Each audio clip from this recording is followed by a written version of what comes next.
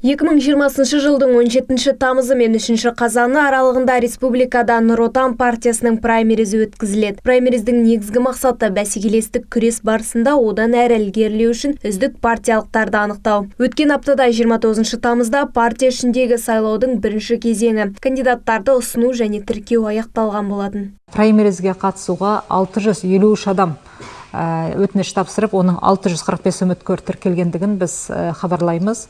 Олардың ішінде 12,7, яғни 82 кандидатымыз мәжіліске үміткерлікке тіркеліп отыр. Қазақстан Республикасының парламентінің мәжілісіне, яғни 132 адам, яғни 20%, облыстық маслихатқа 40%, 90%, 585 кандидат қалалық және аудандық маслихаттарға өздерінің құжаттарын тапсырған болатын. Дегенмен, олар, яғни кандидаттар өздерінің ұсынымдарын білдіргенмен, негізінен бұл жерде ең алдымен партиялық тізім жасалатындығын, партиялық тізімге үміткерлердің тізімі жасалып жатқандығын атап өткіміз келеді. Бүгінгі таңда бұл кандидаттардың ең көпшілігі әрине 114 адам Петропавл қаласынан тапсырды.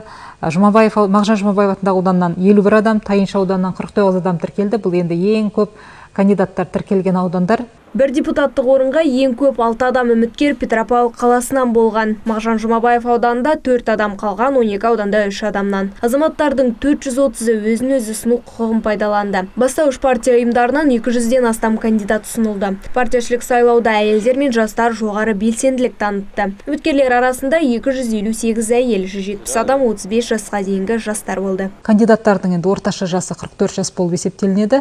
Бірақ та ең жас кандидатымыз 19 жаста Жанат Какымов деген азамат.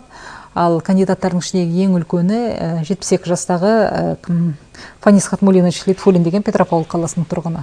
Депутаттыққа өңірдің 11 көпбалалы анасы 5 мүмкіндігі шектеулі адам ниет білдірді. Праймеризді өткізудің барлық кезеңінде партиялық бақылау комиссиясы жұмыс істейтін болады. Оның міндеттері праймериздің барлық ережелерінің сақталуын бақылау болып табылады. Бұл дегеніміз үгіт-насихат жұмыстары және дауыс беру барысы. 7 қыркүйек кандидаттардың үгіт-насихат науқаны басталады. 3 қазанда дауыс беру күні аяқталады. Индира Ахатқызы, Қуанар Абдрахманов, Первый Северный.